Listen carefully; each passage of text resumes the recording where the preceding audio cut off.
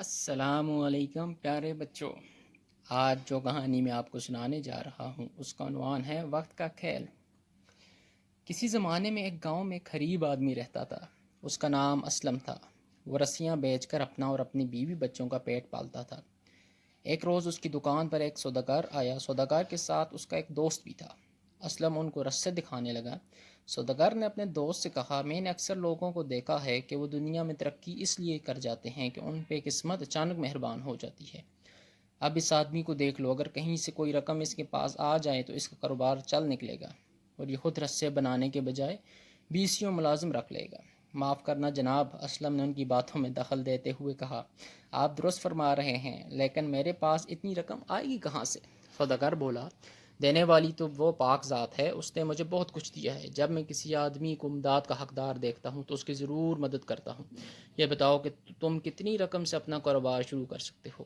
اسلم گھبرا گیا اور بولا، جناب عالی، مجھے حریب کے لیے تو صرف 20 اشرفیاں ہی کافی ہوں گی۔ سوداگر نے اپنے ہاتھوں سے فوراً 20 اشرفیاں دیں اور کہا، لو اپنا کام چلاؤ، دیکھیں قسمت کہاں تک تمہارا ساتھ دیتی ہے۔ اس سے پہلے کہ اسلم کچھ عرض کرتا، وہ دونوں سوداگر جلدی سے باہر نکل کر چلے گئے۔ اسلم کچھ دیر تک تو اشرفیوں کو حیرانی سے دیکھتا رہا، پھر گھر جا کر ان کو آٹے کے مٹکے میں چھپا کر رکھ دیا اور سو گیا۔ صبح اٹھ کر اس نے مٹکے کو دیکھا تو وہ غائب تھا۔ اس نے بیوی کو آواز دی، آٹے والا مٹکا کہاں ہے؟ وہ تو میں نے حجام کی بیوی کو دے کر اس سے مہندی خرید لی ہے۔ ارے احمق، اس میں تو 20 اشرفیاں تھیں، جا اور بھاگ کر واپس لے آ۔ اسلم کی بیوی باغم باغ حجام کی بیوی کے پاس پہنچی تو معلوم ہوا کہ اس نے مٹکے کو کباڑ کی دکان پر بیچ دیا ہے۔ بیوی منہ لٹکائے واپس آ گئی اور سارا ماجرا بیان کر دیا۔ اسلم سر پیٹ کر رہ گیا۔ ایک دن وہ دونوں سوداگر ایک بار پھر اس کی دکان پر آئے تو انہوں نے دیکھا کہ اس کی دکان ویسی کی ویسی ہے۔ ان کے پوچھنے پر اسلم نے سارا ماجرا بیان کر دیا۔ فکر نہ کرو، سوداگر نے کہا، یہ لو 20 اشرفیاں اور اس مرتبہ دیکھتے ہیں تمہاری قسمت کہاں تک ساتھ دیتی ہے۔ اسلم نے ان کا شکریہ ادا کیا اور وہ دونوں چلے گئے۔ اس مرتبہ اسلم نے اپنی بیوی کو بتا دیا اور اشرفیاں اپنے بستر کے پہلو میں باندھ دیں اور سو گیا۔ اس کے بستر کے قریب ہی دیوار میں چوہوں کا بل تھا۔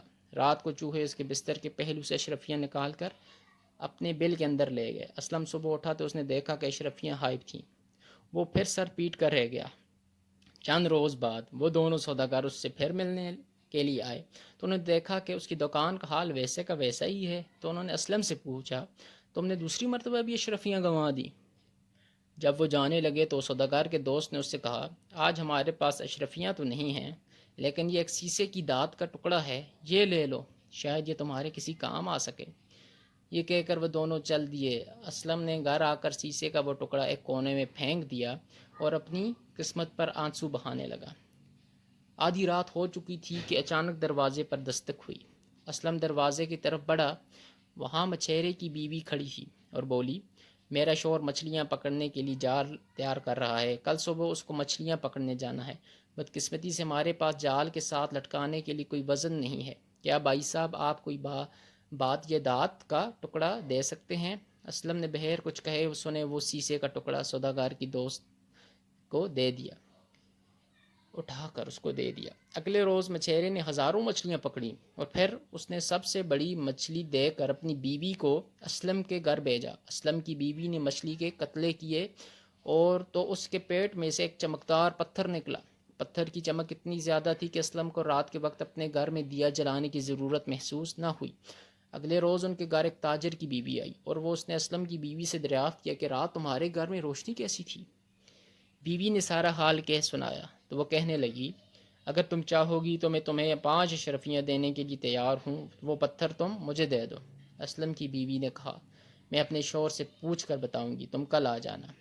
اسلم جب گھر آیا تو اس کی بیوی نے سارا ماجرا بیان کیا۔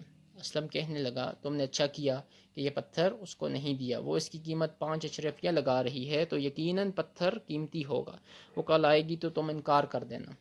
اگلے روز جب تاجر کی عورت آئی تو اسلم بھی گھر میں تھا، اس نے وہ پتھر دینے سے انکار کر دیا۔ عورت سودے بازی کرنے لگی۔ آخر تنگ آ کر اسلم نے عورت سے کہا کہ اگر تمہارے پاس 1000 اشرفیاں ہیں تو وہ دے دو اور یہ لے لو۔ منظور ہے، عورت نے کہا اور فوراً گھر جا کر 1000 اشرفیاں لے کر آ گئی اور پتھر لے لیا۔